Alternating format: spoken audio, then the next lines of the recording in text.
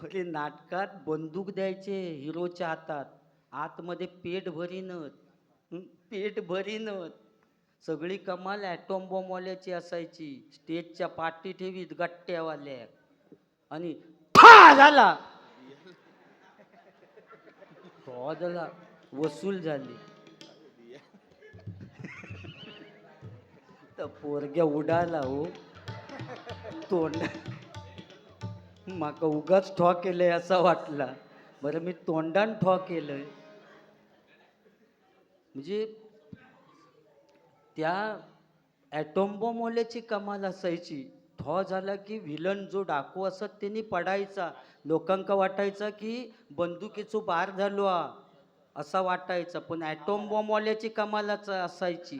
आणि असंच नाटक लागलेलं, हिरोच्या हातात बंदूक दिलेली आणि हिरोची वाक्य फेक. अरे ए थांब, तुला मी आता ठार मारतो.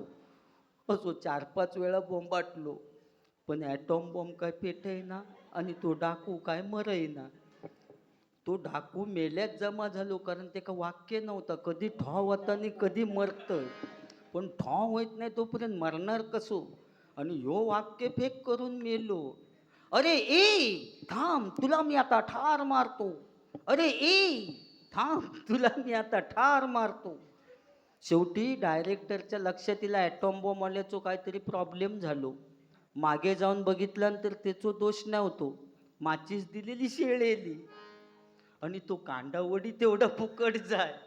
तो कांडावडी यो अरे ए थांब, तुला मी आता ठार मारतो.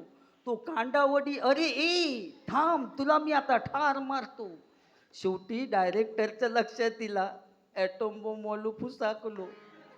त्यांनी पडद्याच्या खालून एक चाकू सरकवला आणि त्या हिरोक सांगितलं ना, आजच्या दिवस ते का चाकूवान मार. माचीस बोललो शेळेली.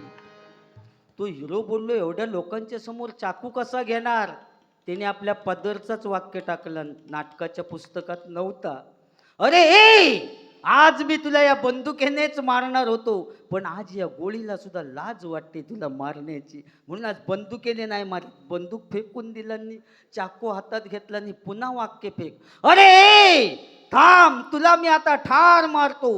असं म्हटल्याबरोबर ॲटॉम बॉम्ब पेटलो.